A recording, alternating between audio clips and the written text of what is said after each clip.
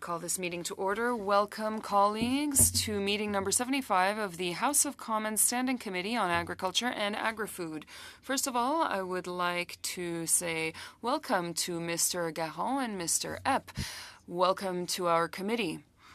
It is a pleasure to have you here with us today.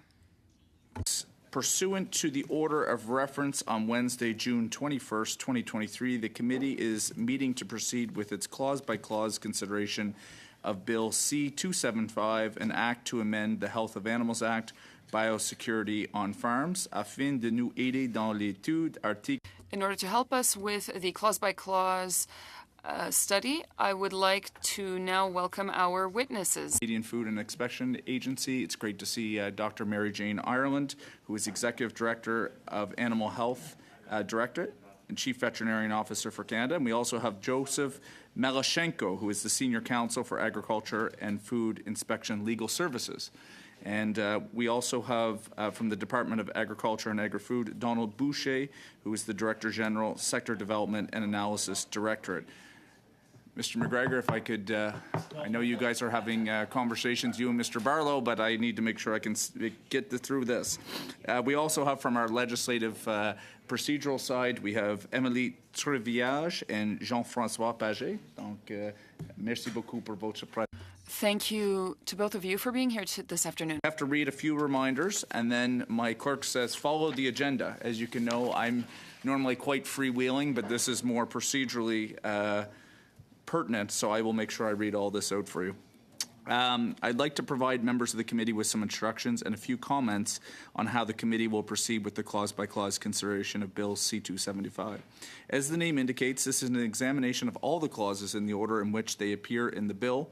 I will call each clause successively, and each clause is subject to debate and a vote. If there are amendments to the clause in question, I will recognize the member proposing it, who may explain it. The amendment will then be open for debate. When no further members wish to intervene, the amendment will be voted on. Amendments will be considered in the order in which they appear in the bill or in the package each member received from the clerk. Members should note that the amendments must be submitted in writing to the clerk of the committee. So yes, I think there is an ability to amend on the fly, but that we have to have it in writing to the clerk.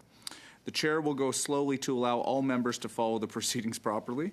Good luck with that. Amendments have been given a number in the top right-hand corner to indicate which party submitted them. There is no need for a seconder to move an amendment. Once moved, you will need unanimous consent to withdraw it. During the debate on an amendment, members are permitted to move sub-amendments. These sub-amendments must be submitted in writing.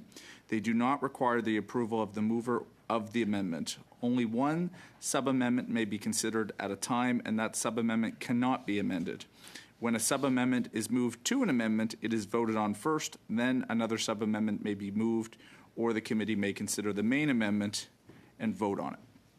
Finally, once every clause has been voted on, the committee will vote on the title and the bill itself, and in order to reprint the bill may be required if amendments are adopted, so that the House has a proper copy for use at report stage. Finally, the committee will have to order the chair to report the bill to the House. I know that that will be the case, I suspect, with this group, and that report contains only the text of any adopted amendments, as well as an indication of any deleted clauses. So for many of you that have served in parliamentary committees, I know that is just a little refresher for you. You've heard that before. And I will move to my own package right here, and we can move forward on that basis. And again, we have our witnesses who are available for any testimony if you'd like to draw upon them. And I have my good procedural folks to my right and to my left to keep me out of trouble. So the chair calls clause number 1. And this is in our package, colleagues. That stands in the name of Mr. McGregor. Go ahead, Mr. McGregor. Thank you very much, Chair. And I do formally move NDP 1 as an amendment to Clause 1 of the bill. Essentially, a very simple change to line 6 on page 1, removing the phrase without lawful or authority or excuse, so that the renewed line 6 would read that no person shall.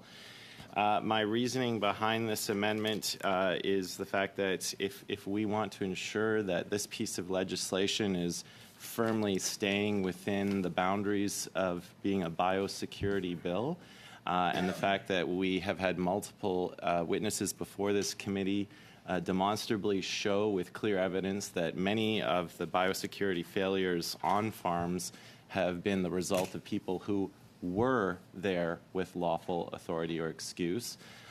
We need to change this bill so that the provisions within it and the overall amendment to the Health of Animals Act ensures that the provisions are applying to everyone equally.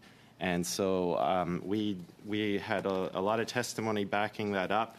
I think we're all very familiar with it. We've all had the opportunity to review the notes from, or say the Hansard testimony from the witnesses. So I think my reasoning is fairly clear. I'll end it there and allow others to join the discussion. Thank you, Mr. McGregor. Now, I've already gone afoul of my package. I was supposed to say before you moved your motion, but I'll inform committee members now that if NDP 1 is moved, which you have so done, of course, PV 1 is not applicable as they're identical, so that's for committee members.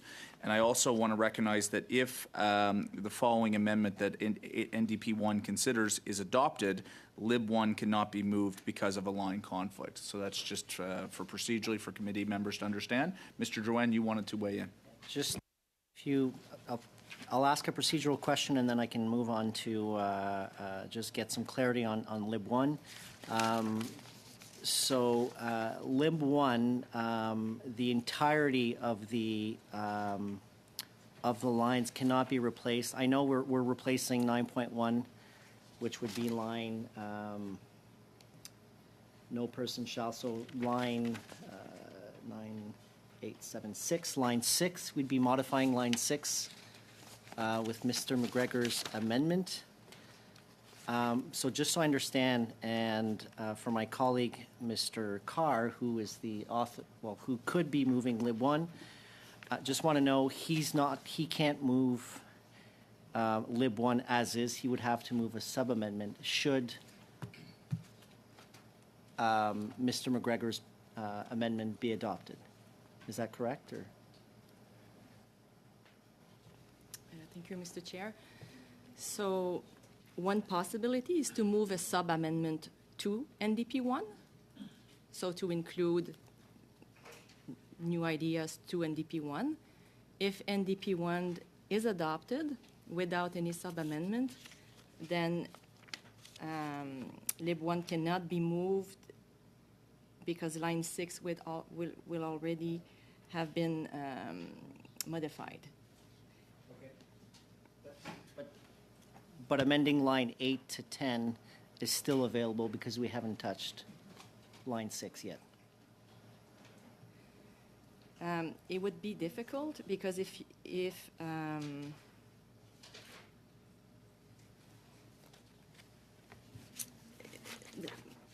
the changes to line 6 are different, and you wouldn't be able to add them after.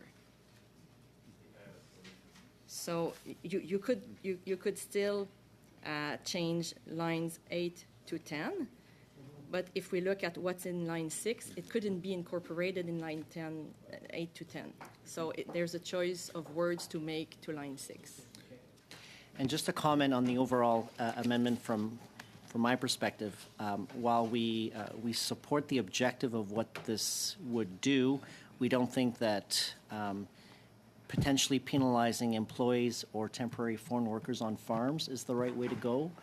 I will not be supporting that amendment the way this is written, and including it would have been the other one, PV1 as well, simply because during a pandemic we didn't go and penalize nurses and doctors and say you're subject to a fine of up to X amount if you don't wear or if you don't respect biosecurity protocols on a farm. And I think that amendment brings in a new constituency into the bill.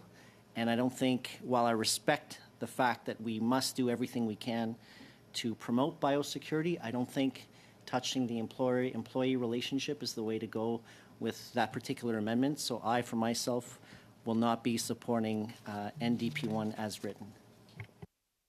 Gregor, I saw your hand, so if you'd like to weigh in. Yeah, the other suggestion just for lines 8 to 10 is that, NDP 2 deals with those lines. So there may be opportunities on NDP 2 to entertain sub-amendments from Lib 1 or G2, whatever the case may be.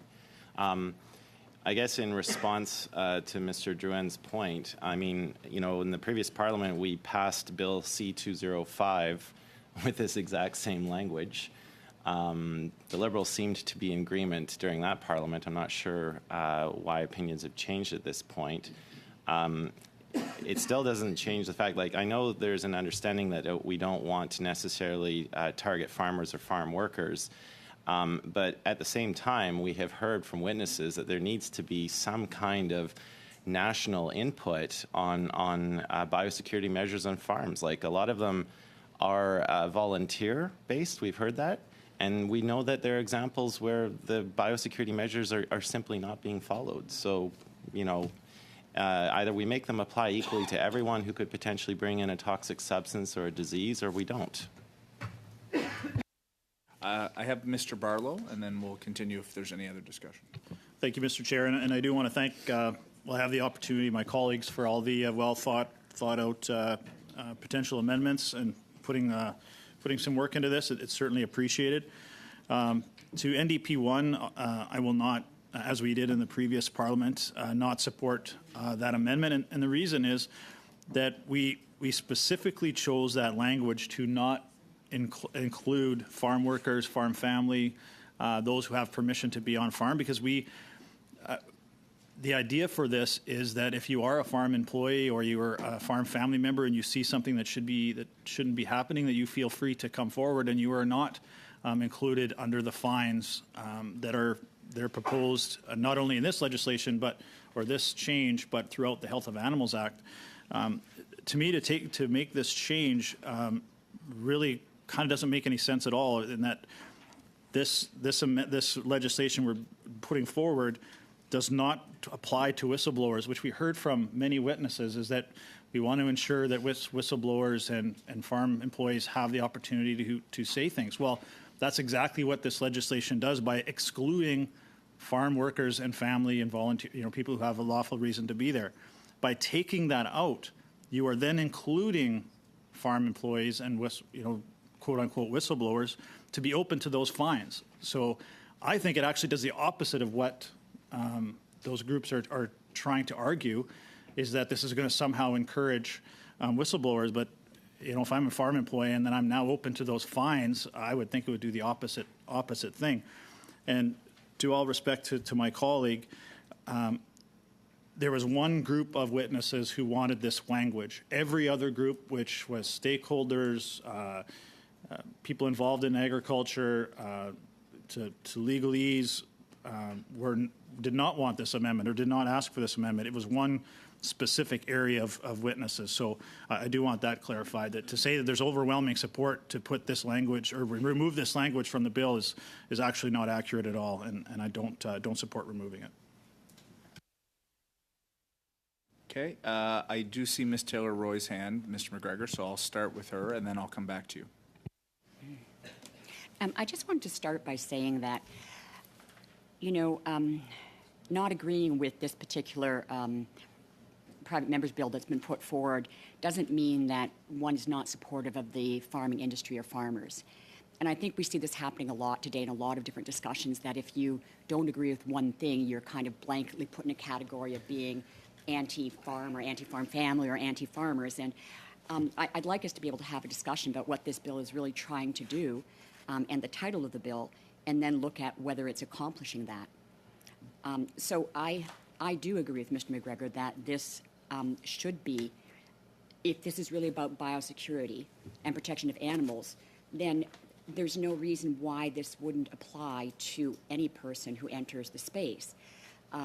Presumably, whistleblowers or employees or anyone else there are going to follow the biosecurity protocol. I mean, they work there, and if they're aware of this legislation, they have an even greater incentive to do that.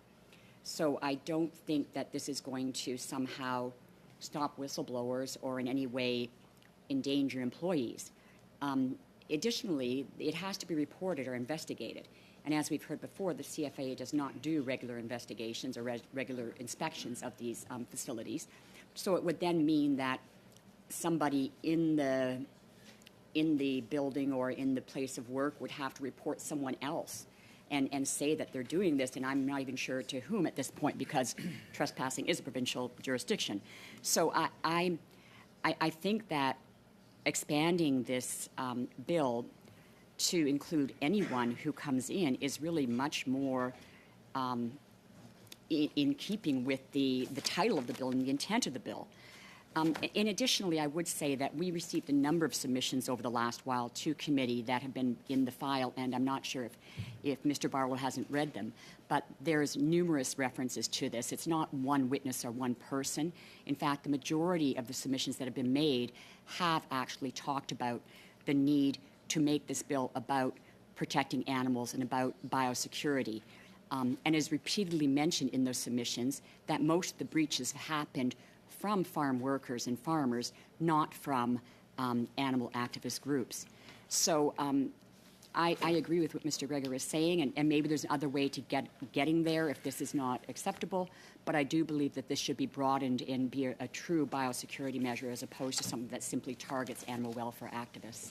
And if we're talking about biosecurity, include biosecurity in the actual language. Okay, I have Mr. McGregor. I would also just add that, if you have to place line 6, I mean, it's not just floating there by itself, right? We have to take it in the context of the rest of the clause here, and it's in the context of the specificity that is present in lines 8 to 10.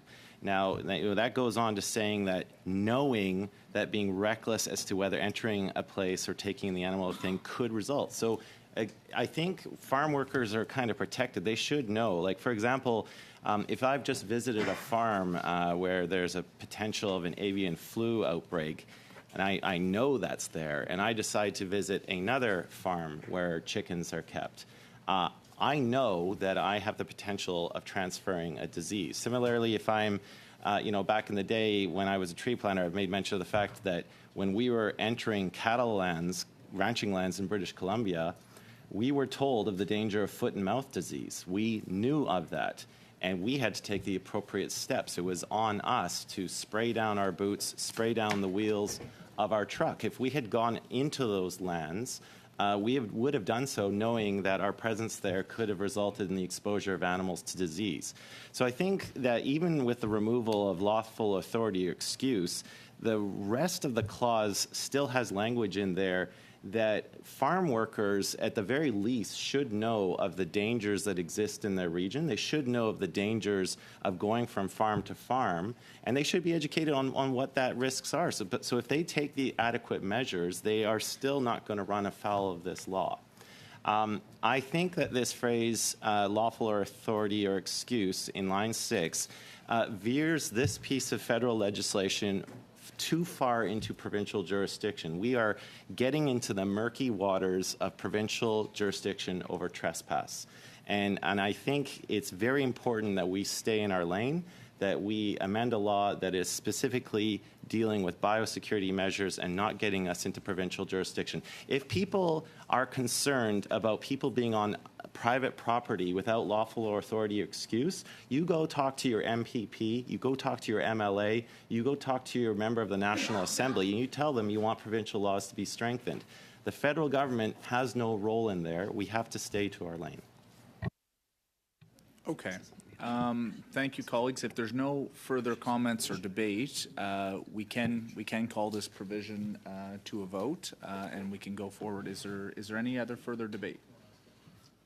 Go ahead, Mr. I was just wondering, is it possible to have a comment maybe from one of our guests here today in relevance to this, with the effect of it, or you've heard a little bit of the debate? I'm just wondering if anybody's interested in having a comment.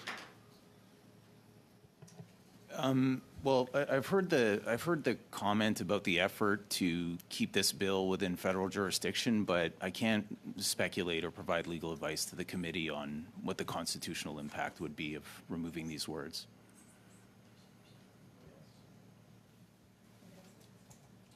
I've got Mr. Joanne, I think, and then I've got Miss. Oh, sorry, I got Miss Taylor Roy. Could you give any comment on the constitutionality of it without removing those words? Like as it stands right now, do you believe that it's infringing on provincial jurisdiction? Well, I'm sorry, but my role here today is not to provide legal advice to the committee. I can provide technical legal information, so that question really calls on me to give a constitutional opinion on the provisions, so I have to respectfully decline to answer it. Hold on, Ms. Taylor Roy. I'll go back to you for any further. Then I have Mr. Barlow. I have Mr. McGregor. Go ahead, Ms. Taylor Roy. It seemed as though you might have wanted to have a follow-up based on that. Yeah, go ahead. Without giving an opinion, could you comment technically on what this bill is doing in terms of trespassing law that is already in place on provincial books? I'm not quite sure I understand where we're going with that question. I mean, it's correct that trespass is provincial legislation, and I understand the committee is conceiving of this bill as possibly a biosecurity measure, possibly a trespass measure as well, or some combination of the two, which is what the committee is discussing right now. But I couldn't give you much more than that. Just one quick follow-up. The words without lawful authority or excuse enter a building or other enclosed place, is that what is generally used to describe a trespass? I think it's correct to say those words apply to trespassers, yes. Thank you. Thank you, Ms. Taylor Roy. I'll go to Mr. Barlow, and then I know, Mr. McGregor, you have some thoughts. Just to answer Ms. Taylor Roy's question, as every PMB or piece of legislation that comes through is vetted for jurisdictional and constitutional validity, as this one has been done, and the procedural clerk, I'm sure, will confirm that if we had any questions along that line. So to ask if this bill is impinging on provincial jurisdiction or is constitutional, that's already been vetted, and it wouldn't have come here in this framework if that wasn't already done. Okay. Thank you. Okay. Any further comments, colleagues? Happy to continue to whet your appetite to the extent that you want in relation to questions or comments. Otherwise, if you would like, if I don't see any other hands, I'm going to call this this first provision that is moved by Mr. McGregor to a vote. Okay. Madam Clerk, if you could please perform the vote. Monsieur Carr. Against. Monsieur Drouin. Contre. Monsieur Lewis. Against. Monsieur MacDonald. Thank you. Madame Taylor Roy. 4 in favor. In favor. Monsieur Carr, est-ce que je peux vous demander de répéter? J'avais mal entendu. Against. Thank you. Monsieur Barlow. Against. Monsieur Lehoux. Monsieur Epp. Against. Monsieur Steinle. Against. Monsieur Garon. Contre. Monsieur McGregor. 4.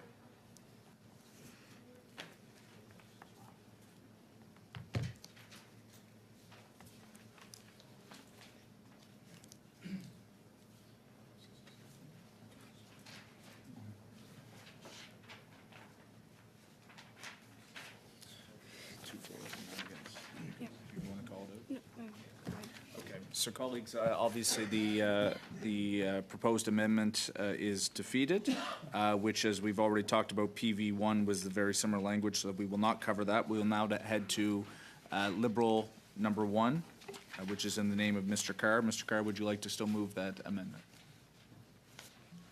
Yes, Mr. Chair, I'd like to formally move the amendment. all yours. If there's any comments that you want to follow, or you can just simply move it. It's up to you. Yeah, I think I just wanted to reflect on all of the witnesses that we've heard, and I wanted to state for the record that there are a couple of things that have come to my attention in the discourse of this debate over the past several weeks that are not covered in the bill, but I want to state them for the record because I think that they merit further consideration. One has to do with animal welfare, and the other has to do with biosecurity standards. Now, I've tried to address the latter in the amendment that I've moved here today. The reason, if I may explain very briefly why I've put this amendment forward, is because I didn't feel as though in the language in the legislation as it was originally drafted, we tackled the biosecurity measures in a clear enough way. So what I have tried to do here is to help alleviate some of the concerns, I hope, on the part of farmers who we heard passionately and very justifiably from, who were concerned about the impact on their properties and, more importantly, on their animals by virtue of a lack of biosecurity measure being in place. So what I've intended to do here is to try to strengthen the language with the addition of the word intentionally abdicating. I felt that there was perhaps a little bit of ambiguity that existed in some of our previous amendments that have been proposed and in the original legislation as drafted. So I'm happy certainly to answer any questions, but that's the brief context with which I have approached this particular piece. And as mentioned, I do think that I will say I was very surprised to learn that there is not so much a national legal standard for biosecurity measures in the country, but yet more of a haphazard kind of patchwork approach to this. So I do hope that regardless of where we end up with this particular piece of legislation, that it can help serve as a catalyst to get us to a place where we're talking in more detail about animal welfare, generally speaking, but where we're also talking about biosecurity standards, because I think that that merits further conversation. And although I understand that wasn't perhaps the entire intention of Mr. Barlow's bill, I'm happy to work with him should there be a desire to tackle an enhancement of biosecurity measure standards, generally speaking, in farms across the country. Thank you, Mr. Chair. Thank you, Mr. Carr. And ironically, I won't want to say ironically, but we are studying biosecurity actually in the name of a study that was proposed by Mr. Liu, and this committee has been examining it. In fact, we are scheduled to have another meeting, so maybe to your point, Mr. Carr, we can carry on that work that you're talking about. Excellent, Mr. Chair. Thank you. When you're elected in the middle of sessions and thrown into committee, you're not privy to all of this stuff, so thank you for bringing it to my attention. No, we look forward to working together. Go ahead, Mr. McGregor. Thank you, Chair. I just wanted to ask a question to the CFIA, just a technical interpretation. So when you look at the term applicable biosecurity measures, if this committee decides to adopt this amendment to Bill C-275, and we eventually get to a part where C-275 becomes a part of the Health of Animals Act, if the CFIA is investigating, a disease outbreak on a farm, and it's going to have to pay attention to this section of the Health of Animals Act, can you just provide the committee with what your understanding of what your obligations would be on the farm with the term applicable biosecurity measures? Would that require the CFIA to look at the farm's biosecurity plan? And would this still be applicable to everyone on the farm, like the farm workers, the farmer, including potential trespassers?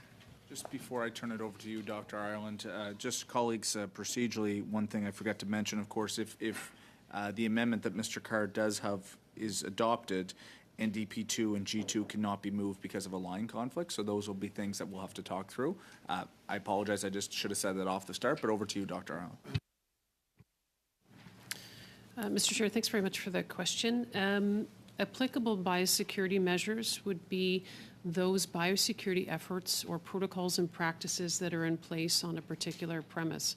Biosecurity practices can be, and measures can be simple, and they can be very complex. They can start from washing your hands changing your footwear, walking through a disinfectant foot bath, wearing personal protective equipment as a more complex measure.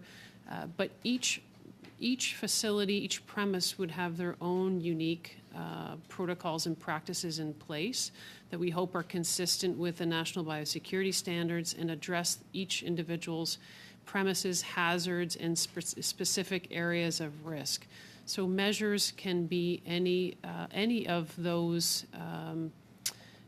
practices or protocols that I've just mentioned for a particular premise. Sorry. Yeah, I had another question as a Yep, part of that. don't worry, Mr. McGregor. I'll go back to you, and then I've got Mr. Barlow. No, I'm going to go back to Mr. McGregor to finish his supplementary, and then I'll come to you, Mr. Barlow. My second question in that was, would the CFIA regard this as applying to everyone equally? We would be looking at the particular measures that are in place by a premise to determine whether they had been followed or not. Because they're not mandatory, they're voluntary, and each premise would have their own applicable protocols and practices in place. We would be looking to see whether those had been followed. Is that a way of confirming, like if someone was there, borrowing from the previous amendment's phrase, if someone was there with lawful authority or excuse, and they, following an investigation, had been found to contravene the applicable biosecurity measures, no matter what their status on the farm, even if they were there with lawful authority or excuse, would this new amendment to the Health of Animals Act apply to them no matter what their legal status on the farm? Yeah, I'm just trying to narrow that down. So the CFI would consider in their investigation whether the biosecurity measures on a premise had been followed. So we would seek to have information about what was expected by individuals that went past a biosecurity zone or an area that was marked as having beyond which particular practices expected of the people within that area, that biosecurity zone. I'll go to Mr. Barlow, and then I know, Mr. Carr, you would like to weigh in as well. Thanks very much, Mr. Chair. I guess my concerns with this, and I appreciate what my colleague, Mr. Carr, is trying to accomplish, is this certainly goes far beyond what we were trying to accomplish. We were trying to keep this very simple and focus on one aspect of the Health of Animals Act. I appreciate your point here, and if this is something we want to do later on as part of the study of Mr. LaHoo is put a framework around specifics on biosecurity, which, as Ms. Ireland said, are not mandatory, but in many cases voluntary. And depending on which industry you're in, they are all different, but they do have their biosecurity protocols there. And maybe there's a way that we can do this with another piece of legislation, but this is not, I think it far expands what we're trying to do. The other issue was some of the wording in here takes away the scope of what we were trying to accomplish, in that we want to include transportation, processing plants. On this, you're very specific at only farms, so that also kind of changes that in that first line. But the second issue here, or the third issue, I guess, is I believe we can find some consensus with NDP2 and G2. If we pass this as is, that eliminates that opportunity. Again, I appreciate what you're raising here, and I think there's opportunities for us in the future to focus on some of these other aspects in terms of the CFIA and the role on mandatory biosecurity protocols, if that's what the committee or the minister wants to do. But I would be unable to support such a massive change to what we're trying to accomplish here. So, Mr. Carr, I know you wanted to go. I do see Mr. Joanne's hand. I'm happy to go to you, and then I'll go to Mr. Joanne and then Mr. McGregor. Okay. Mr. Chair, because I'm the newest member of committee and of Parliament, do I have the ability to ask Mr. Barlow a question in this particular format to clarify some of his comments? I'm just not sure of formality here. Yeah, certainly. We're in debate right now, so it's quite open. So if you want to offer some suggestions or some what you heard from Mr. Barlow, if you want to put that, Mr. Barlow is of course not required to answer, but if you want to put out suggestions, I have a feeling he's in the mood to answer. Well, he answered, and I didn't even ask him, so. You go ahead. Thank you, Mr. Chair, and I'll try not to be too long. Mr. Barlow, thanks for your feedback. In terms of the word farm, certainly I'm open to an expansion of that in order to touch upon some different pieces here. I did have a quick question for Dr. Ireland, and then I do have a question for Mr. Barlow, which perhaps once we get through other colleagues we can come back to. Dr. Ireland, I'm just wondering, to Mr. McGregor's previous comment, the bill as it's currently worded, knowing that or being reckless as to, that confuses me in regards to how we determine and who determines what is reckless, because if that can't be determined, then effectively the rest is moot. That's why, in part, I tried to replace reckless with a specific mentioning of biosecurity measures, regardless of whether they may vary across different properties. But if the bill were to be passed as is, who would be responsible for determining what reckless is? And would you be able to provide an example, if one comes to mind, about where one would be found guilty or in breach of this law for having been reckless, should it pass as is? And then I did have a question for Mr. Barlow, but I don't want to monopolize. Mr. Drouin, I'm sure, wants to talk too. So perhaps I'll save my question for after. Jody? I'll try to take part of this question. So the words knowing that or being reckless to would mean that the CFIA would have to prove a certain mental state of mind on behalf of the accused. Recklessness could be commonly understood as a failure to take appropriate care, and that's about as far as I can go in terms of speculating on how that meaning would play out. So I'm going to go to, if I can, Mr. Carr, you can contemplate that one, or do you have a quick follow-up?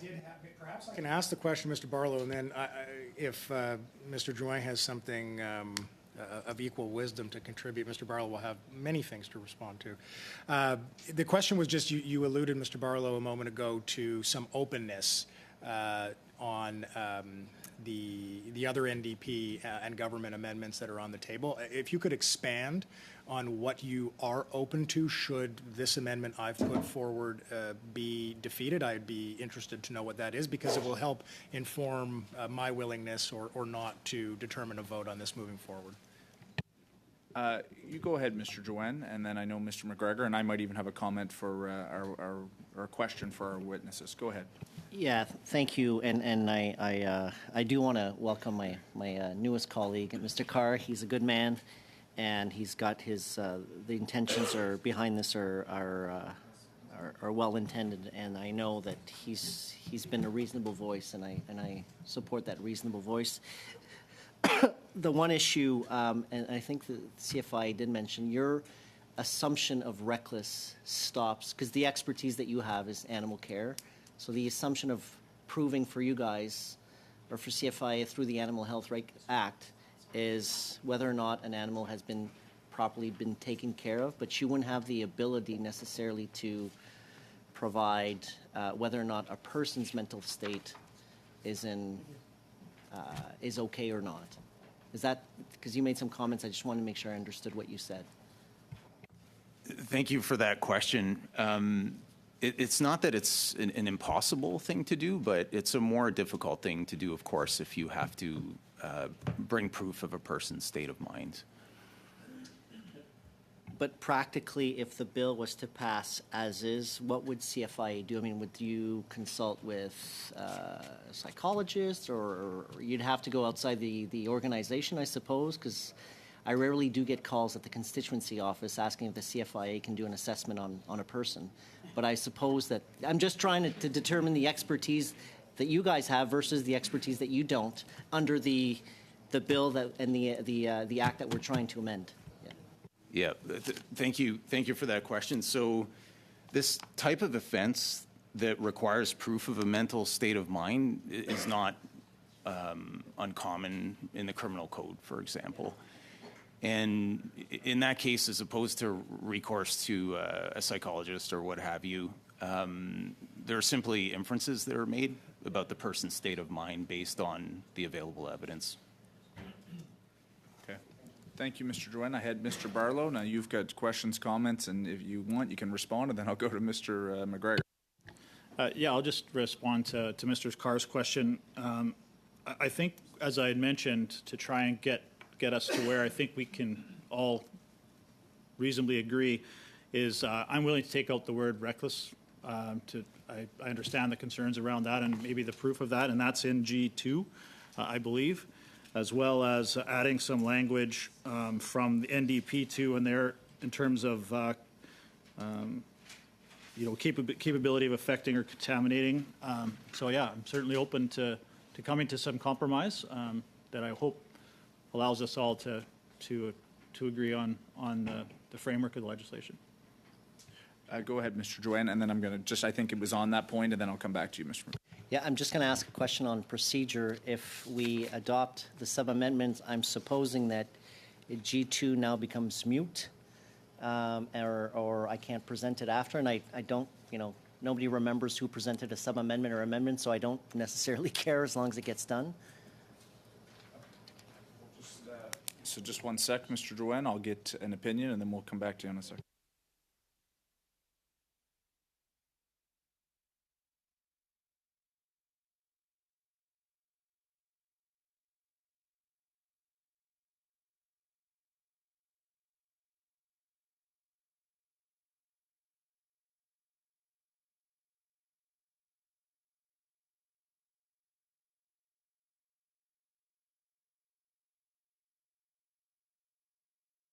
So, colleagues, what the piece of paper that I think that Mr. Barlow's team distributed is not truly a sub-amendment. Mr. Drouin, to answer your question, what we would have to ask Mr. Barlow, if this is of the desire of a majority of the committee, or we think this is a pathway forward, what Mr. Barlow would have to do is kind of officially move this. It would have to actually be the last thing we consider, but at least if it's on the record, it would then be applicable. And of course, if we were to adopt NDP2 or G2, then this wouldn't be able to. So it would have to be kind of amongst the committee to say, well, we could consider this last. So that's procedurally how we would have to go. Ms. Taylor-Roy, I think it's on procedure, so I'll go to you. I'm going to go to Mr. McGregor. You've been waiting patiently, and then I will come back to you, Ms. Taylor-Roy. Thank you, Mr. Chair. So I'll lay all my cards out on the table here. For me, I cannot support this bill until we fix line 6. Now, I understand we've had a vote on my first amendment. I think what Mr. Carr has put forward here is something I can accept. The way it's trying to amend line 6 using the term applicable biosecurity measures. So I'm prepared to accept that, but if we don't fix line 6, I can't support this bill. So those are just my cards on the table. The solution, I think Mr. Barlow has done some good work with this handout that's just come out. So maybe what we can find, or maybe what we can do, is use the language here as a sub-amendment to Amendment Lib 1. That's my suggestion. But yeah, I need to see line 6 of this bill fixed. I'm going to go to Ms. Taylor-Roy, but colleagues, just to instruct, based on what I hear, again, as your chair, a couple things. What Mr. Barlow has presented, as you know, Mr. McGregor, wouldn't be able to be moved right now as a sub-amendment. I agree that what you're talking about is the principles, maybe perhaps could be looked at. I think the committee was very clear on its most recent vote on line 6. I appreciate that might mean that you won't be able to support the bill. But I think it's important to understand that seems to be a line that the committee was not willing to move on. If I could. Line 6 in this amendment, so we're still dealing with line 6 in Lib 2. On Lib 1, I understand. But what I'm saying is it's been very, again, my comments, I don't have a vote in this. I'm just trying to help inform the debate. It seems as though it's been very clear that as proposed on line 6, in what you were talking about, Mr. McGregor, I don't know if that's going to move forward. But let's deal, Ms. Taylor-Roy, you had perhaps a comment and a procedural question, so I'm going to turn to you, and we will choose how we want to move forward from there. Go ahead. Yeah, just a question again. I'm fairly new with looking at these bills. Can the person who puts forward the bill amend it themselves? They can. Okay, great. I didn't realize that. I thought you couldn't amend your own bill. I'm going to go to That's Mr. good to know. Duen and then Thank you. Mr. Steinley. Just, again, just going back to our first, again, procedure, our first vote, if we can't amend line 6 anymore, then I'm just wondering how can Lib 1 come forward? So that's, and how could we have debated Lib, and I asked that at the beginning, you said no, we can't, because we pronounced ourselves on, the committee voted on line 6. Yeah, but we rejected a certain... That was if the NDP was adopted. That was the question you asked me. It was not adopted, so that's why we're here. And colleagues, again, in the interest of trying to help inform and shape the debate, Mr. Barlow has put forward something kind of a little bit forward-looking to where we're going. We can go to a vote on this and vote now. I don't want to further delay the debate or the vote if necessary. But what I think Mr. Barlow is trying to get at is he is looking down the line at NDP2 and looking at G2 and saying there's some things there that I think he's expressing that he'd be willing to support. That's the piece of paper. It has not yet been moved, but you have it for your consideration. And we need to decide how we want to proceed on Lib 1. I have Mr. McGregor and then Mr. Carr. I'm sorry. I have Mr. Steinley, Mr. McGregor, Mr. Carr. Just a process question. So we have to vote on G1. If we vote in favor of G1, then we can't go to NDP2. Lib 1. Then we can't go to NDP2 or Lib 2. So if we vote in favor of this, then what Mr. Barlow sent out isn't on the table anymore. So we do have to figure out what we're going to do here to get to where there's a point where we can find agreement on NDP2 and G2. Right? So we might as well call the vote here. Yep, no, absolutely. So, Mr. Steinley, it's, if Liberal 1 is passed, then NDP 2 and G2 are mute, and what Mr. Barlow could potentially move, and what he shared with the committee. Go ahead, Mr. McGregor. Thank you, Chair. I'd like to formally move a sub-amendment to Lib 1, and my sub-amendment is that in the part of Lib 1 that is replacing lines 8 to 10, I formally move as a sub-amendment that we take the language that was just handed out by Mr. Barlow, and we instead insert that language into Lib 1 as a sub-amendment.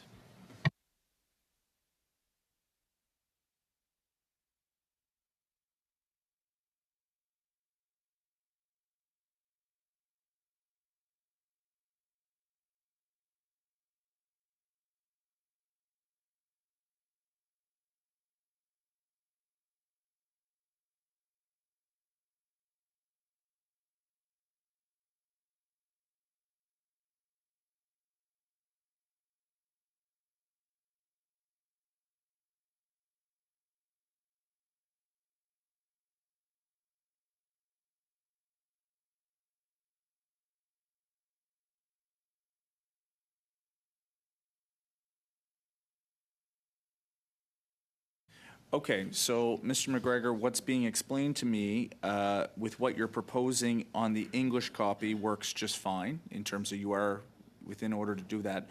There are complications in how the bill was written in French, so we need you to ask. I think what I'm understanding from my procedural team here is you need to move that you would do that on the English copy and that the intent in the English copy would be reflected in a French translation that would be slightly different. You're good? Okay. So that has now been moved, colleagues. That is what we are now debating. So to be clear, basically what Mr. McGregor is saying is that the secondary portion of what Mr. Carr is moving, B, by replacing lines 8 to 10, would be replaced with what Mr. Barlow had circulated. Let me find that. Mr. Chair. Oh, so go ahead, Mr. Carr. My sanity, that the clerk or yourself read aloud. It's hard. It's moving so quickly that trying to scramble the pieces together of how it would read is a little bit confusing as I'm trying to determine my position. If someone could read the proposed bill as amended and sub-amended, that would be helpful. Et en français aussi. And in French as well. Obviously, as we mentioned, it won't be able to be in French because there's further translation. But as Mr. McGregor said, the intent of what he is doing, we would then translate and move it. If you would like to, Madame, or I can, it's up to you. You want me to give it a shot? Sure. Okay. So that Bill C-275 in Clause 1 be amended by replacing line 6 on page 1 with the following.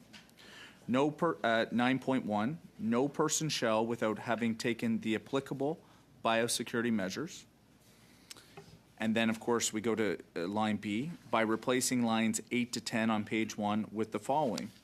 Are kept or take in any animal or thing if they're entering such a place or taking in the animal or thing could reasonably be expected to result in the exposure of.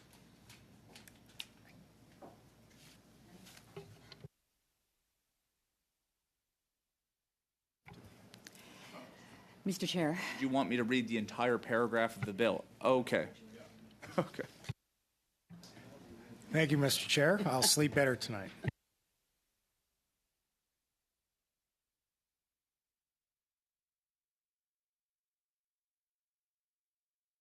I'm going to turn to my, Mr. Carr, I'll get you to listen intently. I've got good procedural folks that will help me with this much quicker than I am. Thank you, Mr. Chair. So it would read 9.1, no person shall, comma, without having taken the applicable biosecurity measures, comma, enter a building or other enclosed place in which animals are kept, comma, or take in any animal or thing, comma, if they're entering such a place or taking in the animal or thing could reasonably be expected to result in the exposure of the animals to a disease or toxic substance that is capable of affecting or contaminating them.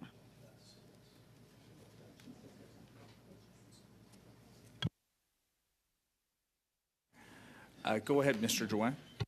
Just to clarify, should this sub-amendment be accepted, then that means because we've modified line 8 to 10, we can no longer modify line 8 to 10, or can we, when there's sub-amendment, we can?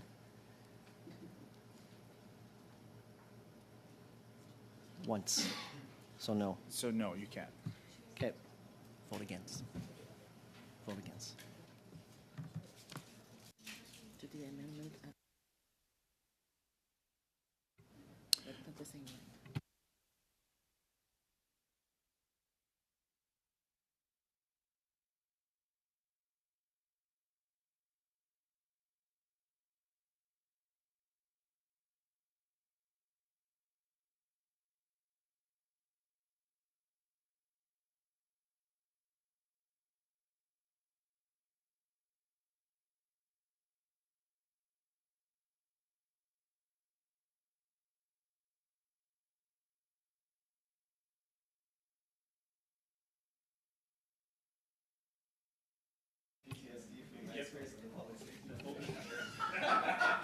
So colleagues,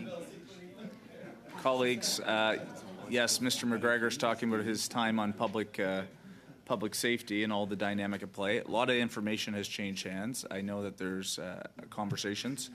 I can allow people to continue to ask questions if you feel. Go ahead, Mr. Rep. Just a quick comment, and I think that's what the stumbling block is here in trying to put this into G1, is that as other speakers we've all heard say, one cannot do indirectly what one is not allowed to do directly, and I think that's where the concerns around the committee are right now, and that's regarding line 6, right? Not so much lines 8 through 10. Although, okay, so just lines 8 to 10 is what we're voting on. Okay, well, that's a sub-amendment. Yeah, sure, it's going in there, but we're not voting on the whole amendment now. We're voting on the sub-amendment, right? And then the amendment, okay.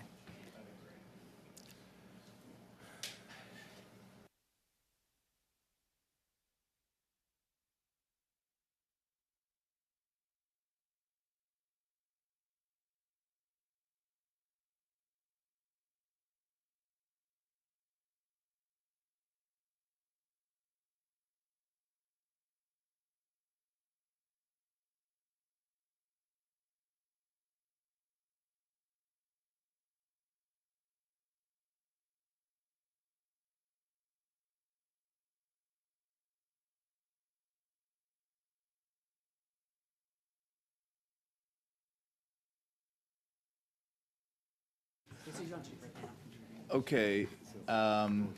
Colleagues, are we ready for a vote on the sub-amendment that Mr. McGregor has so moved? Take in mind that does not, depending on the result of that, it would then, of course, dictate how we move forward. Mr. Drouin, I'm looking to all my committee members. Are we all good for this particular vote? Okay. Madam Clerk, over to you.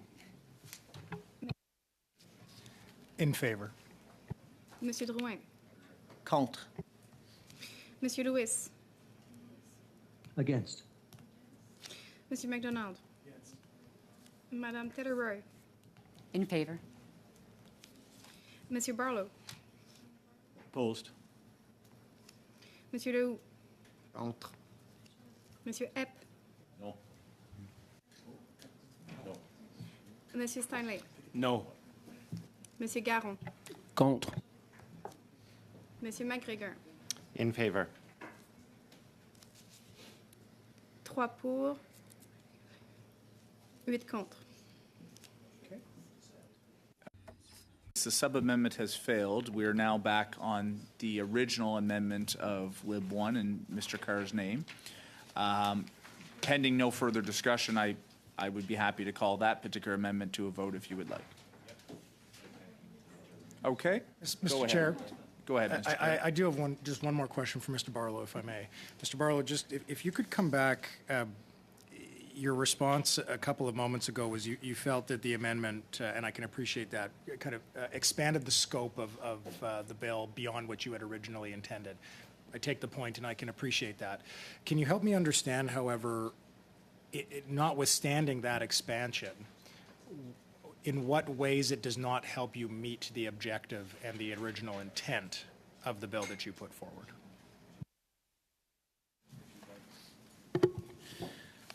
Well, to Mr. Carr's question, we went through a lot of work, and I know that some other amendments may come forward to try and keep this away from the criminal code, away from, and keep it just on the Health of Animals Act. And everything that we have in this bill or this proposed legislation takes existing portions of the Health of Animals Act and puts it in specifically on the biosecurity. What you are, in my opinion, what you have proposed in your amendment greatly changes, it rewrites basically a massive part of what we've proposed in the legislation, which we did not have in front of witnesses or testimony to that point in terms of, and again, in my opinion, you are putting a lot of emphasis or unknown emphasis onto what the biosecurity protocols are for every single industry that's out there, whether that's chickens, that's pork, that's cattle. And as we heard from CFIA, those protocols are there, but in many ways not mandatory. Although the stakeholder groups manage, for the most part, put that framework in place, not the CFIA. But in my opinion, in your changes to this legislation, you are now putting the focus on what isn't our role as the federal government. What we have control over is that the specific biosecurity protocols that the industry groups, for the most part, Dr. Island can correct me if I'm wrong here, put in place in the CFIA in many cases. It plays a part in maintaining or overseeing is probably the wrong word, but they do have their inspections on farm as well as we heard from stakeholders, vets do it, but that's not what we're intending to do here. Thank you, Mr. Chair. And I just have a question for Dr. Ireland. So the voluntary, the different biosecurity standards that are in place for the different farms or chicken, dairy, the different groups, those are enforced by the CFIA? Is that, I think that's what Mr. Barlow was saying. Oh, okay. I'm sorry. What were you? Okay. So can you explain? Because I thought you were saying that that's what they're doing. So right now we have no biosecurity measures that are enforced at all. Is that correct? Am I correct in saying that? Mr. Chair. Go ahead. So thanks very much. So the national biosecurity standards are voluntary. They were collaboratively developed with CFI, provinces and territories, academics, and producer associations. And there's about 8 of them, so they cover the major species. So those national standards are the gold standard upon which producers' associations can develop their own that are tailored to their own needs. We know the dairy farmers of Canada, turkey farmers of Canada, and chicken farmers of Canada have included elements of the national biosecurity standards into their mandatory on-farm programs. And so the members would need to follow certain elements of biosecurity that are consistent with elements of the National Biosecurity Protocol. We do not mandate or require compliance with the National Biosecurity Standards. They are voluntary. And they need to be, they are tailored by associations and producers for their own risks, their own needs. So just to clarify on the inspection question then, you do no inspections regarding the specific biosecurity, voluntary biosecurity standards that the chicken farmers or dairy farmers or anyone else has? So the Canadian Food Inspection Agency, as Dr. Rick James Davies pointed out in the last appearance, we are not inspectors on farm routinely to determine whether biosecurity measures are in place because they're voluntary, but producer associations and their on-farm programs would have oversight to make sure their members are following their own programs. So we are not on farms to decide whether biosecurity protocols are being complied with. Go ahead, Mr. McGregor. I also have a question for the CFIA. And I just want it from your technical understanding of the two different proposals that we've had for line 6. If the CFIA is conducting an investigation where you believe that there has been a contravention of the Health of Animals Act under the new Section 9.1, how does the term with lawful authority or excuse compared to the term applicable biosecurity measures, the differences between that language, how does that inform your investigations on the farm?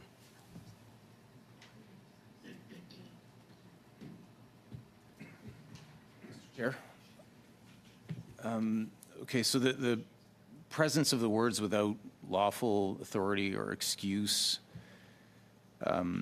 would mean that the provision would be limited to trespassers, and perhaps I could pass it over to you, Dr. Ireland, for the second part. So, Mr. Chair, the CFI's role in enforcing these new rules would be to use the existing authorities under the Health of Animals Act. And this would include inspection, seizure, detention of animals or things, investigation of non-compliance, and recommending prosecution to the Public Prosecution Services of Canada. If we had an alleged non-compliance, we would take a look at, first of all, we would triage the complaint, taking into consideration all of the other matters at hand. So risk of foreign animal disease. Is there a finding of highly pathogenic avian influenza?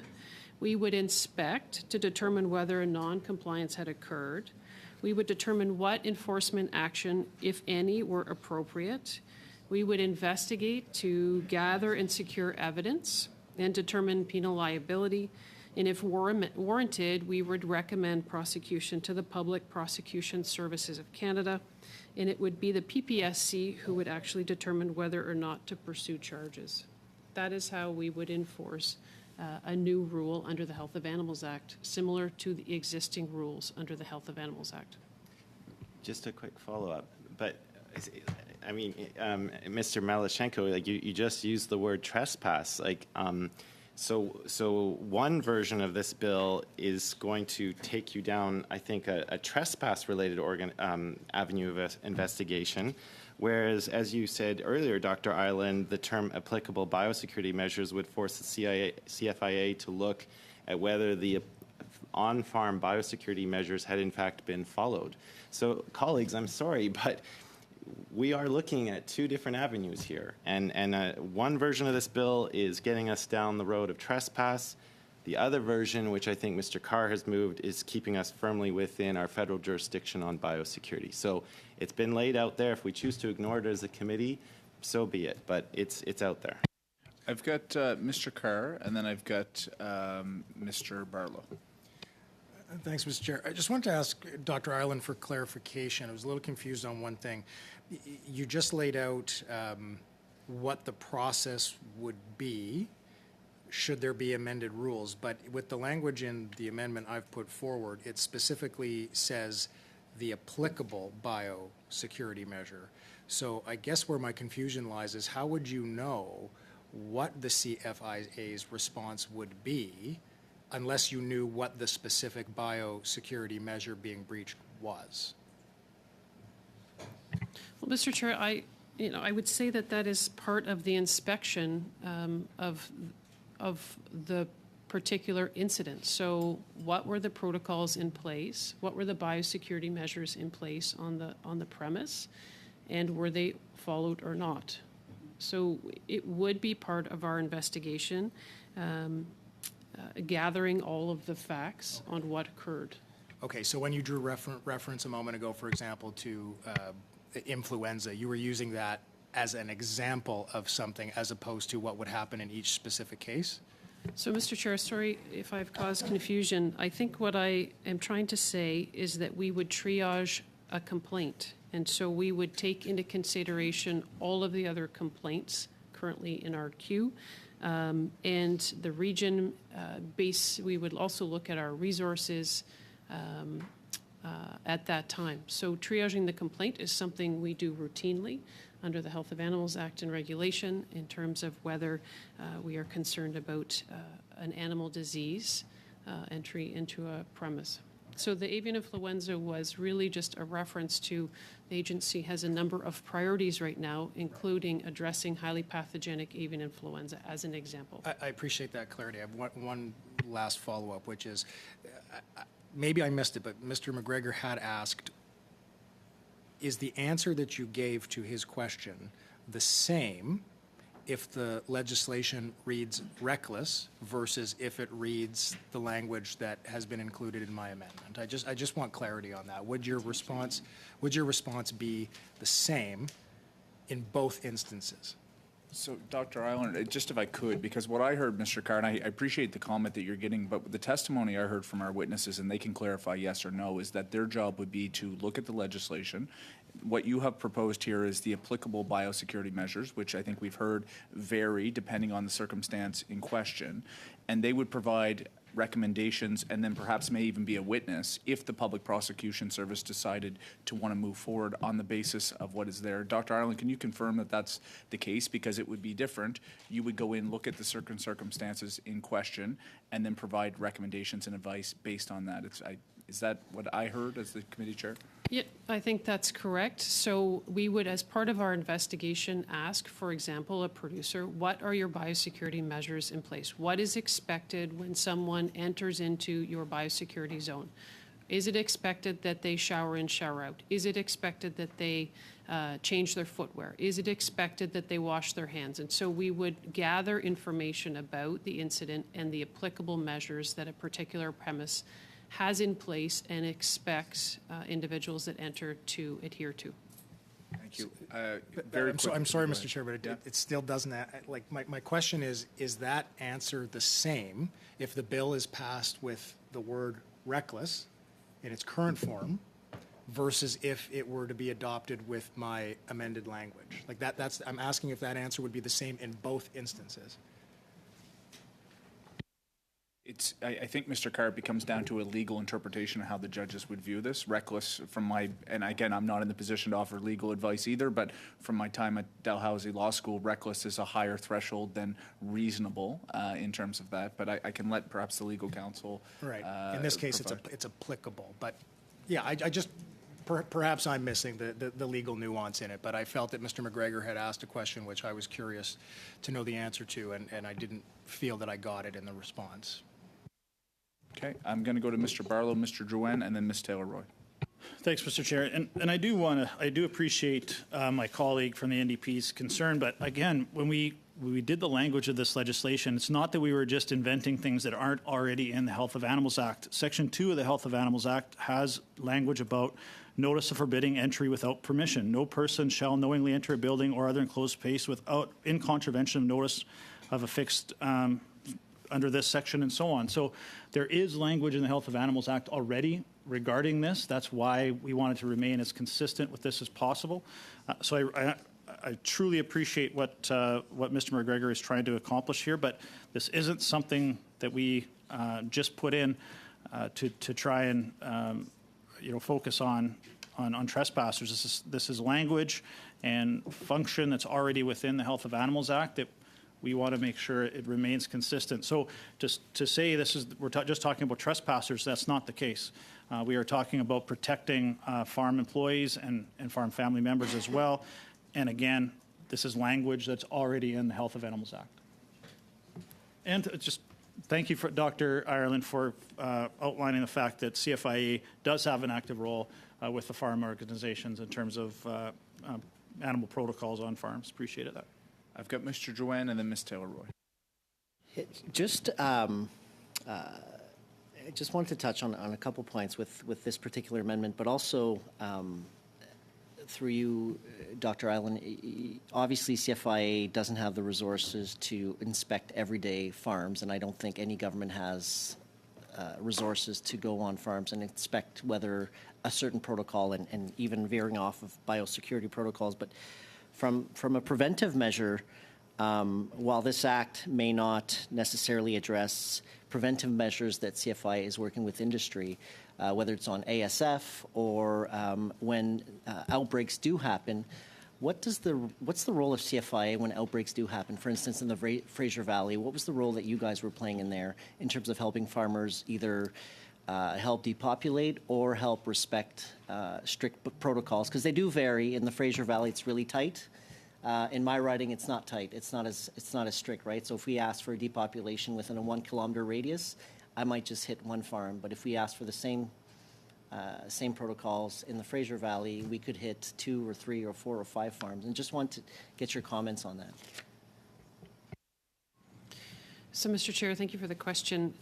The situation changes drastically around biosecurity when there is a reportable disease found on a premise. So the day-to-day biosecurity is voluntary, but when we find a disease like highly pathogenic avian influenza, the biosecurity becomes a requirement. So a facility or a premise may be put under quarantine. Things don't leave and they don't go in. We have a primary control zone, which controls movement of things into the zone, through the zone, and out of the zone. All of these efforts are to ensure that the disease that is significant in nature, which all reportable diseases are contained and eliminated. And so biosecurity measures become mandatory to some degree, including quarantine, not allowing things to move out unless they are properly monitored and approved. It's a different situation around biosecurity when there is a reportable disease. I have Ms. Taylor-Roy. Yes, I'm just trying to clarify something too, because I think we're hearing different things, and it might be depending on, confirmation bias. But the bias are coming. Yes. So when you said right now biosecurity is voluntary and the CFIA is not involved unless there's a reportable disease on the premise when it becomes mandatory. So when you were talking earlier about going in and compliance and see whether it's occurred, were you talking about what would be the case if the amendment that my colleague put forward was passed, so that if it said, without having taken the applicable biosecurity measures, then the CFIA would have a role to actually see whether those measures had been in place? Is that correct? Whereas if this wasn't amended this way, it would remain the way it is now, which is that you do not inspect for biosecurity measures unless there is a reportable disease on the premise. Am I correct in that summary? So the enforcement of this rule would be consistent with our authorities under the Health of Animals Act and Regulation. As I outlined, we would triage, inspect, investigate, and recommend prosecution, or recommend or give the details of our investigation to the Public Prosecution Service of Canada. So biosecurity in the day-to-day operations on a farm are voluntary. When we become aware of, and it is mandatory to report to the CFIA, a suspected or confirmed reportable disease, that is when the CFIA would take action to prevent the spread and eliminate the disease on a particular premise. Our response to this bill or rules under the Health of Animals Act are largely the same. We would follow the same process as we do for other suspected non-compliance under the Health of Animals Act and regulation. If there was an element of biosecurity, a reference to biosecurity measures, then we certainly would have to ascertain what the biosecurity measures were. What was in place, what might have been breached or not conformed to. Just to be clear then, because what I heard then was that if this amendment is put in place, you would then actually investigate what the biosecurity measures were on that farm and whether or not they've been breached. It's my understanding that if the language was there, we would need to find out whether biosecurity measures had been breached. Colleagues, go ahead, Mr. McGregor. Yeah, I just had a quick question. Like, I have been looking through the Health of Animals Act, and I think, Mr. Barlow, like, was it Section 7 where you were reading those parts that sort of deal with, like, a notice forbidding entry and other areas, like, that are similar to Section 2? Okay. I just wanted clarification on that. Mr. McGregor, while you're contemplating that, I'll just have one point for clarification from my point of view to CFIA, which is the line of questioning that Ms. Taylor-Roy talked about, which is talking about applicable biosecurity measures as being the threshold. As I read, as the bill is being proposed right now, it says, could result in the exposure of the animals to a disease or toxic substance that is capable of affecting or contaminating them. That is the language in terms of the threshold of the class of individuals if they were to expose the animals to a disease. I presume you would still have to be able to look at that through an analysis, and the local biosecurity rules in question would still inform your opinion to the Public Prosecution Service as to whether or not that could reasonably have resulted.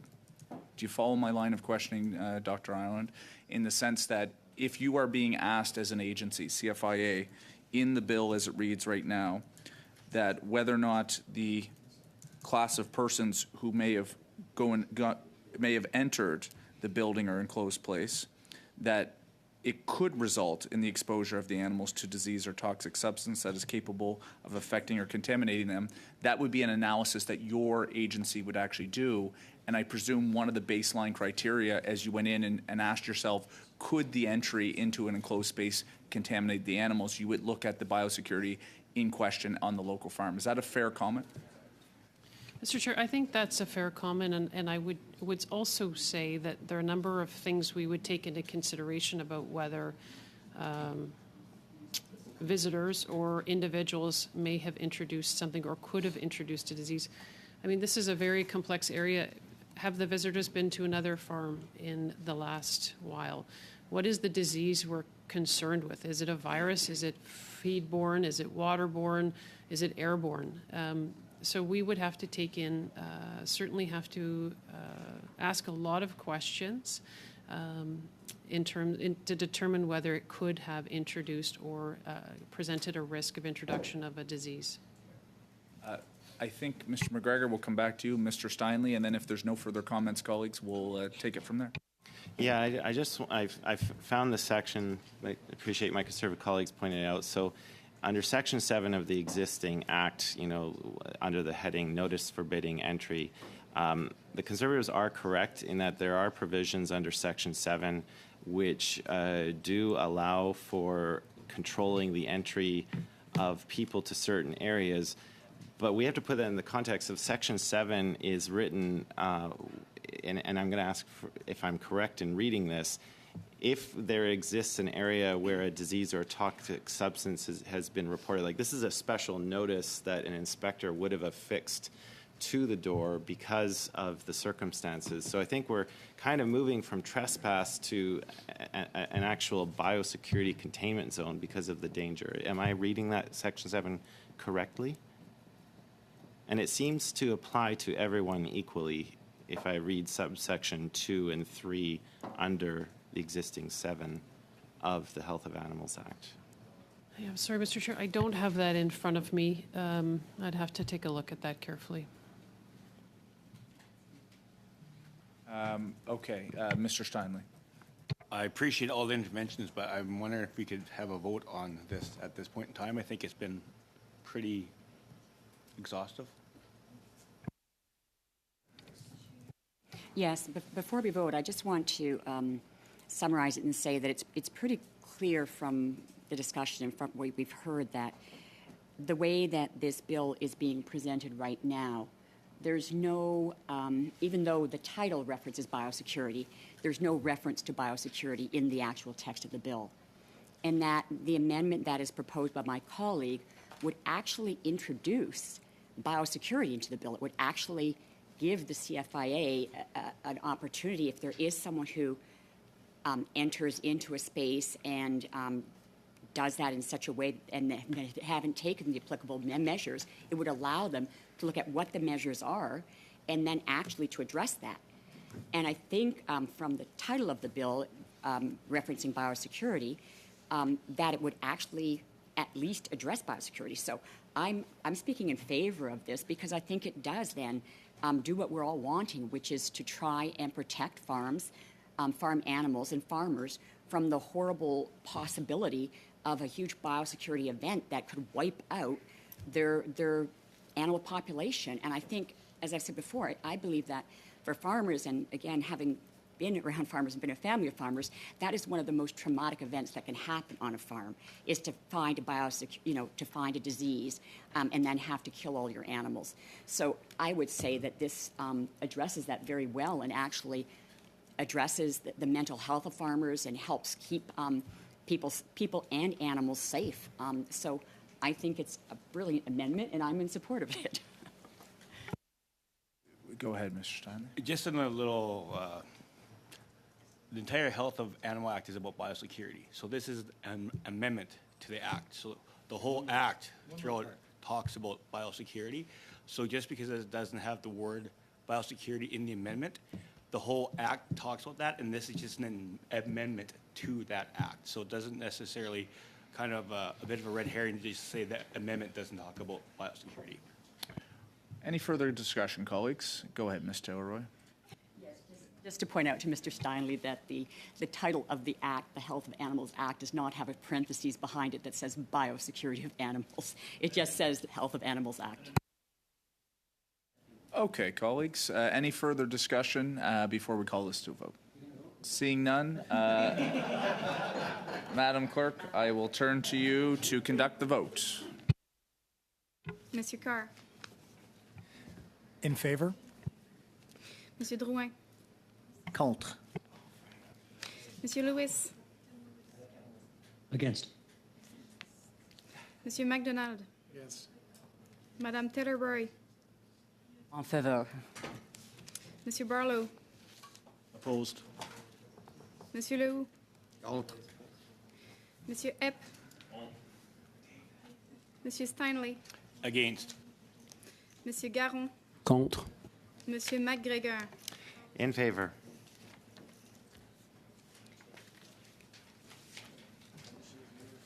Trois pour, 8 contre.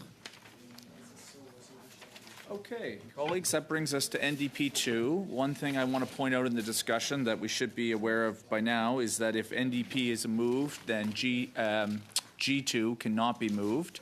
And what Mr. McGregor at least has passed around in paper, and if in theory he presents it, could not be moved either. So happy to take some, I've heard comments about Mr. McGregor's language around reasonably be expected. That's something that Mr. Barlow seems to be at least in favor of. Mr. Drouin, G2 talks about eliminating reckless. from the provision. That is something that Mr. Barlow at least has tabled in paper to the committee. But again, procedurally, colleagues, there is a dynamic here. Mr. McGregor, I'll turn it over to you. Ultimately, it's your prerogative if you want to move NDP2, and then we can talk about how we're going to proceed. I won't spend too much time introducing it. I think we already talked a lot about lines 8 to 10. So I will formally move it, but I'm sure there are opportunities to take language from other amendments, maybe in G2 or in Lib 1, and move a sub-amendment if we're not happy with how the language is in this amendment. So I'll leave it there, Chair. Mr. Drouin, would you like to speak on this? Because again, I think there's elements of NDP2 that you might be in favor of. There's also your G2, which procedurally can't move if we move. So either would you be willing to move a sub-amendment, or would you like to support what Mr. McGregor or Mr. Barlow has on paper? I'll turn it over to you. Yeah, if Mr. Barlow moves his amendment, I'll be happy not to. Well, obviously, G2 is going to become inadmissible anyways, but happy to support what Mr. Barlow put forward, as we've all seen an advance copy. So, colleagues, just procedurally how this would happen, if Mr. Barlow was to present what he has shared in paper, it would go in the order of precedence. So we would have to vote on NDP2 and G2, and to be honest, colleagues, we would have to vote those provisions down until we actually get to what Mr. McGregor, or what Mr. Barlow, has presented.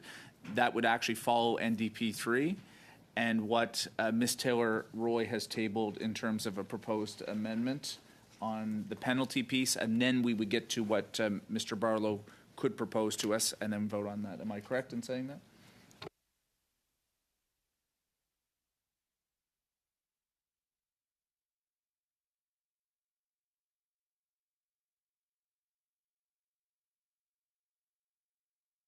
Pardon me. Okay, I'm wrong. It would actually be after G2. So if Mr. Barlow, you want to move this, or at least signal your intent to move it procedurally, is he allowed to move this when I turn it to him?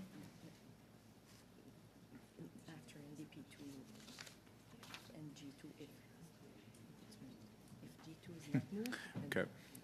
We've got a Canadian standoff here. So my understanding, so Mr. Barlow is not able to move his motion as presented now. We would have to vote down NDP2, vote down G2, and then trust Mr. Barlow to his word. Okay.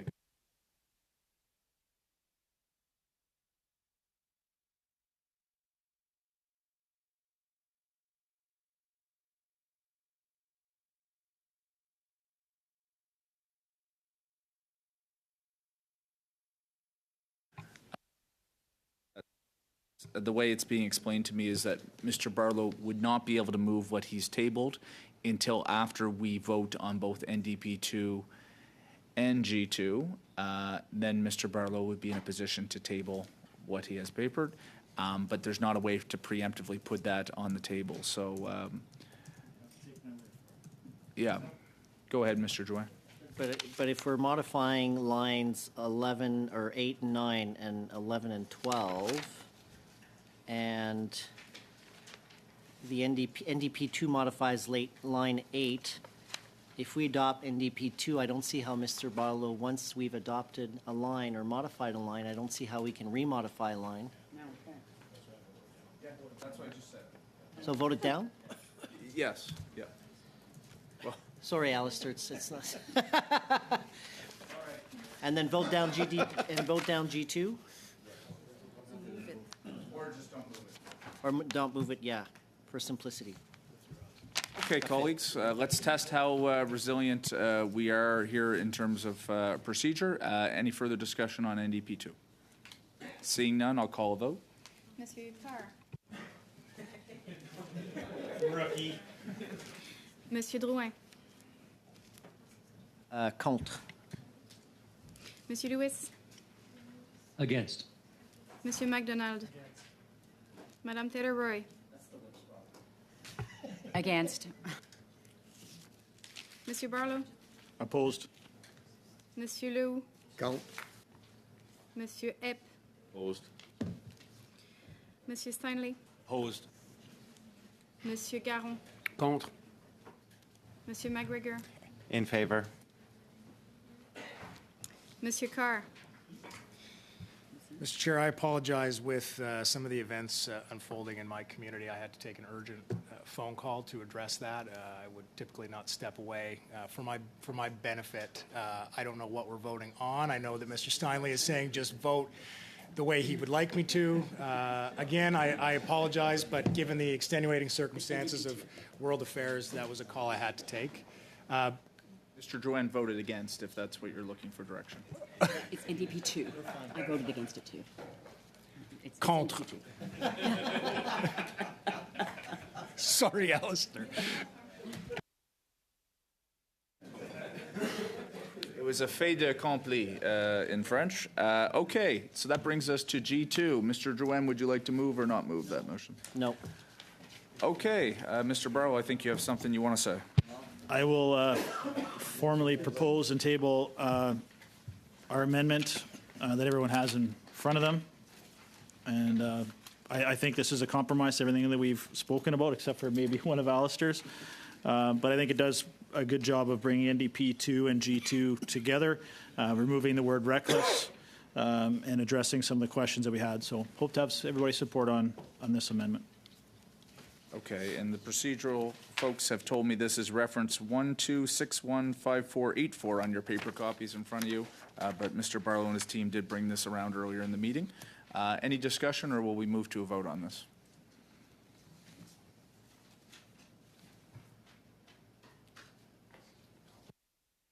Okay, we will move to a vote. Monsieur In favor. Monsieur Drouin. En faveur. Monsieur Lewis. In favor. Monsieur MacDonald. In favor. Madame Taylor-Roy. In favor. Monsieur Barlow. In favor. Monsieur Leroux. Monsieur Epp. In favor. Monsieur Steinley. In favor. Monsieur Garon. Pour. Monsieur McGregor. In favor. 11 pour. Okay, great. NDP 3, Mr. McGregor, it's on paper, but it's your prerogative. Over to you. Mr. Chair, I am not going to move this amendment. Roy, you've shared paper. If you'd like, just.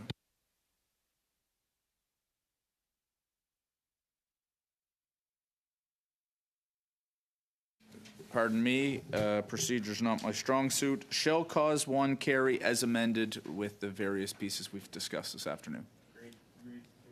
Okay, I guess we don't need a vote. Wonderful. Okay, we'll move to clause 2. Now you're up, Ms. Taylor-Roy. You shared paper that you might want to move an amendment on clause 2. Over to you. Yes, I would. I've submitted it. What I would like to do is amend the section of the Act that is the penalties for contravention of this Act. And you can see the amendment in front of you, which basically reduces the sorry. Go ahead, Ms. It's being shared right now. Oh, so, I'm sorry, Ms. I thought it was- Taylor-Roy, why don't we give just a couple seconds, minutes for that to get shared, and then we'll let you carry on.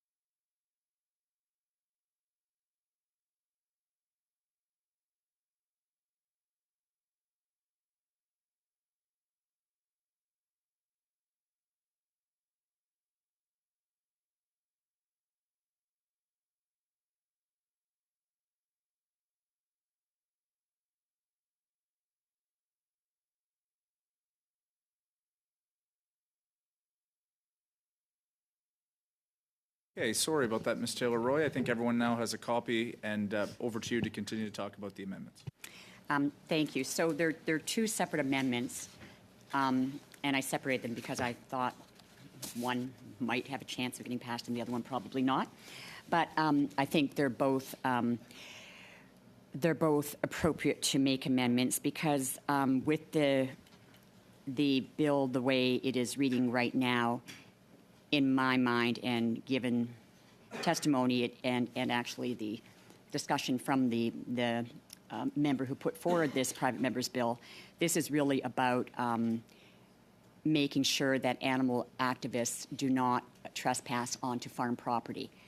And given that, and that it is basically a trespassing bill when you keep the clause in without lawful or authority or excuse, I felt that the convictions and the penalties that were imposed were much greater than even the penalties that have been imposed in the legislation in Ontario and Alberta, which is similar to this in its intent.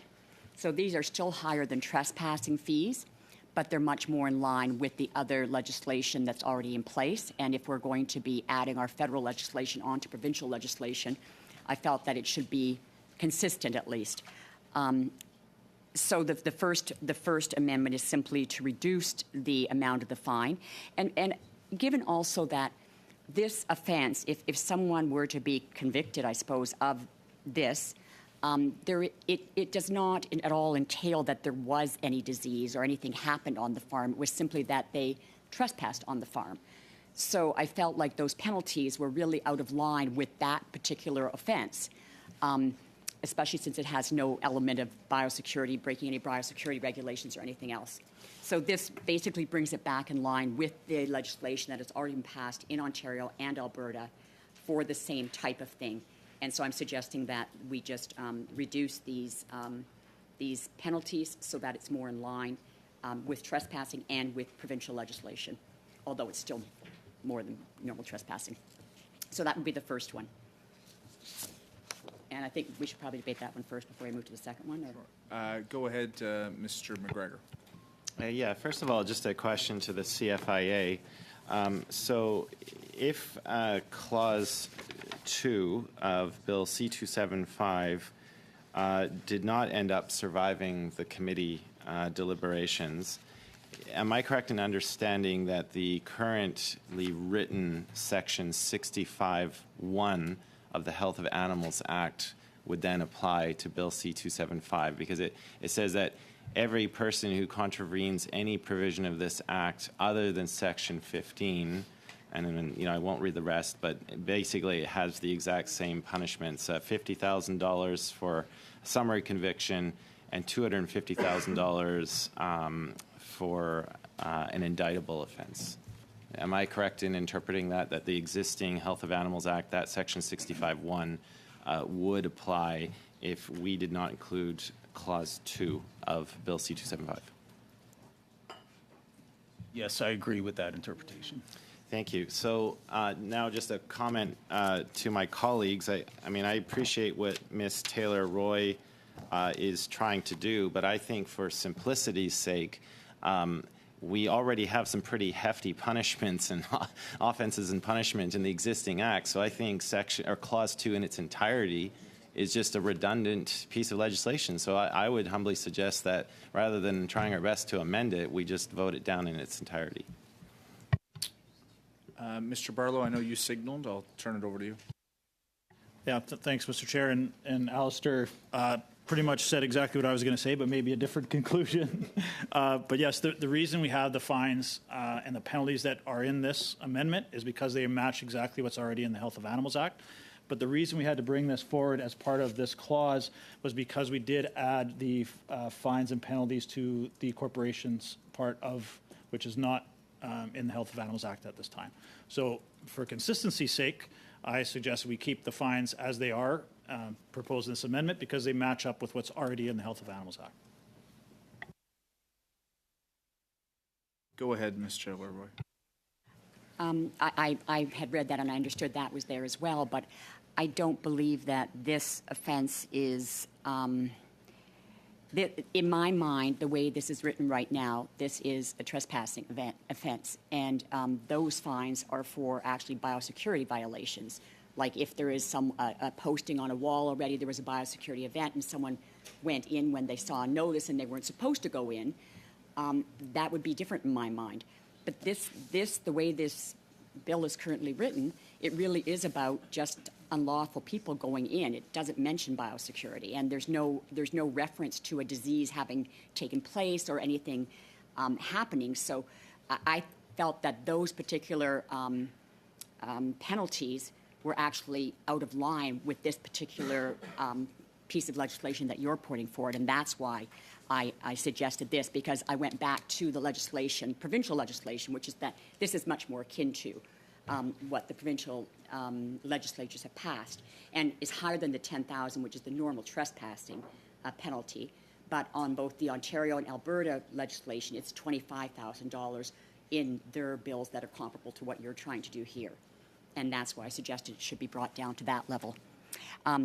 In fact, though, the second one I brought forward was to, in fact, eliminate Section 1.2, in which case Mr. McGregor's recommendation that we just go with what's here already would have been appropriate, but I understand that you do not want to eliminate Section 1.2, so I would suggest that the penalties for individuals are brought more in line with the legislation that is existing.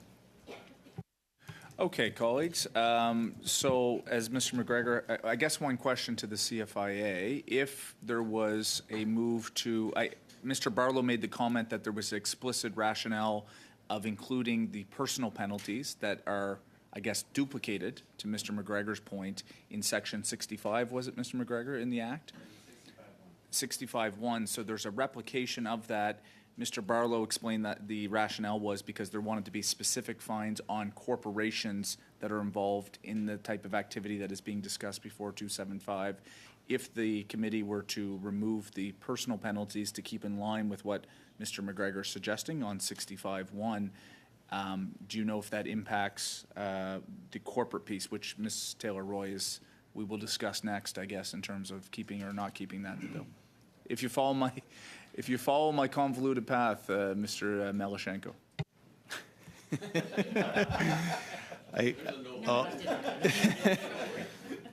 I'll try. Certainly, it's possible to have, and I'm sorry, I don't have the amendment in front of me, so I can't speak to the technicalities of how we're all going to work this out, but it's certainly possible to have a standalone provision that deals with every person other than an individual, in other words, corporate entities. Understood. Any further debate, colleagues? We can vote on Ms. Taylor-Roy's first piece, which is around removing Clause 2 lines, replacing the fines and the penalties to a different level. I see no further comment. I'll call it to debate or to a vote, please. Monsieur Carr. En faveur. Monsieur Drouin. En faveur. Monsieur Lewis. In favor. Monsieur MacDonald. Madame Taylor-Roy. Monsieur Barlow. Opposed. Monsieur Lehoux. No. Monsieur Epp. Opposed. Monsieur Steinley. Opposed. Monsieur Garon. Contre. Monsieur McGregor. In favor.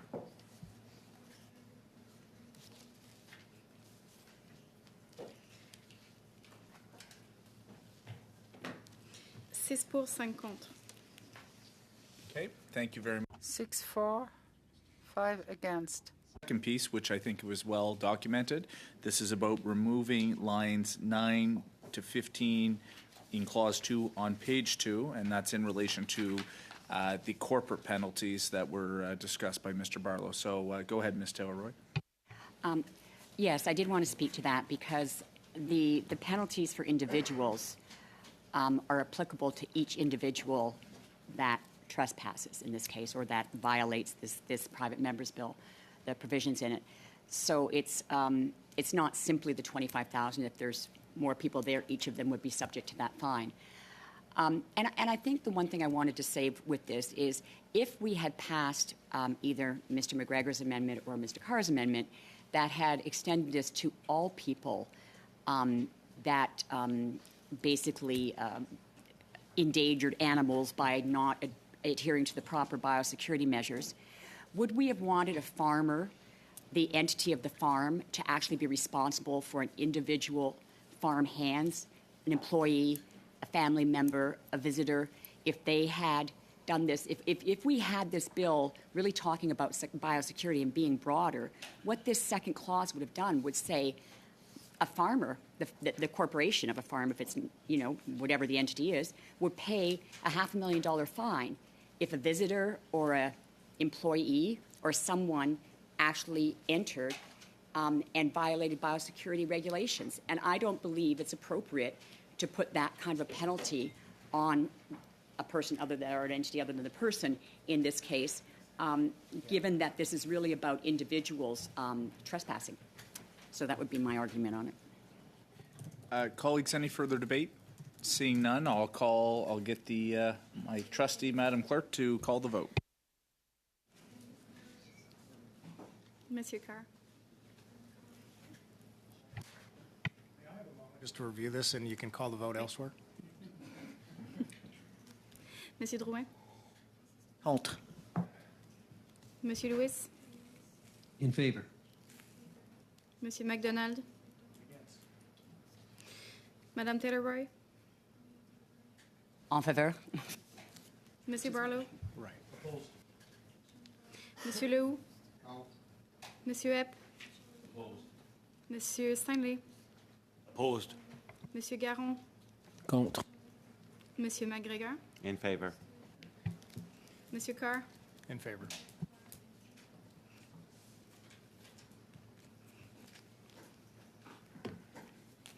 Quatre pour, 7 contre. Thank you, colleagues. Thank you, Ms. Taylor-Roy. So, colleagues, that brings us to the end of Clause 2 considerations. I got to find my paper here, but essentially my question to you is, should Clause 2 carry as amended? Okay, Mr. McGregor, would you like to have a recorded vote? Okay, go ahead. Madam Clerk, over to you.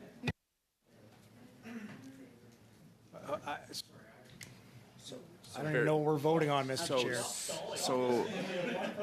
Mr. Carr. I asked what we're voting on. I missed it. So we are voting on Clause 2 as amended. So this is the second portion of the bill.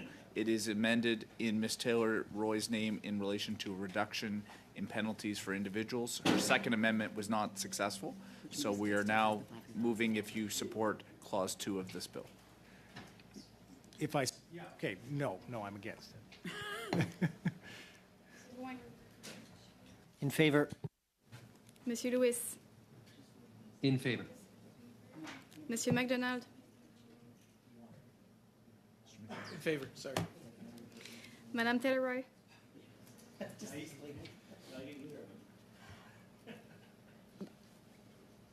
No, as amended, okay. So it has to have both parts in it now. Okay, that's hard. Can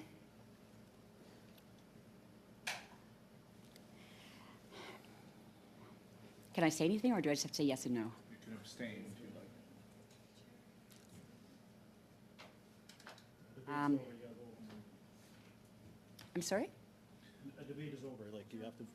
Mr. Barlow, I can handle this. Thank you. You have three options, Ms. Taylor-Roy. You can vote for Clause 2 as amended. Yes. You can vote against it, or you can abstain. But okay, I'll abstain. Monsieur Barlow. In favor. Monsieur Lehoux. Oh. Monsieur Epp. In favor. Monsieur Stanley. In favor. Monsieur Garon. Pour. Monsieur McGregor. Opposed.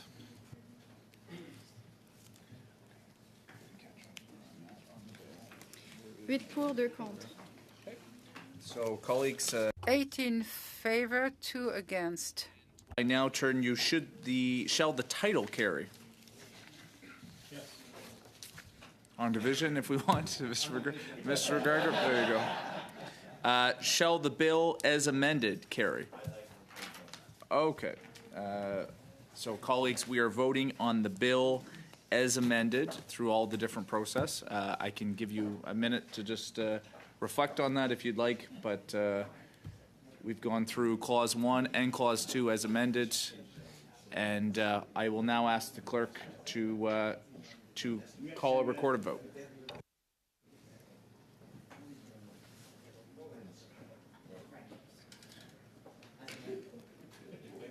Monsieur Carr. You guys free for dinner?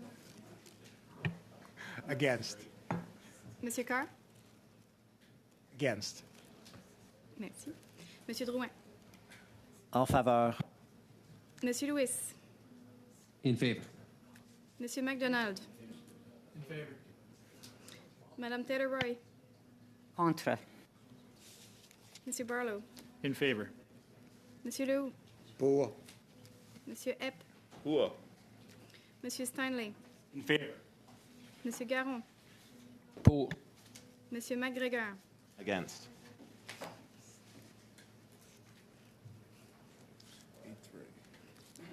8-3.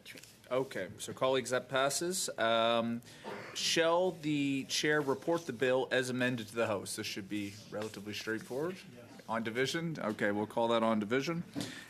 Shall the committee order a reprint of the bill as amended for use of the House at report stage? Of course, this is procedural. I think we can all agree on that. Colleagues, great work today.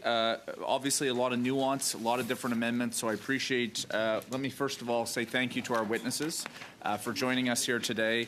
I want to thank our procedural clerks that were able to help join, to our translation team, to our team who is normally here. Thank you. Just a quick sense of what we're going to be doing on Thursday, colleagues. The first hour is going to be consideration of the third version of the environmental report, Environmental Contribution of Agriculture. I've then reserved the second hour for business, committee business. There's a number of motions that have been presented, different ideas, so we will litigate that on Thursday and decide our pathway forward as a committee. Thank you so much. Meeting adjourned. We'll see you Thursday.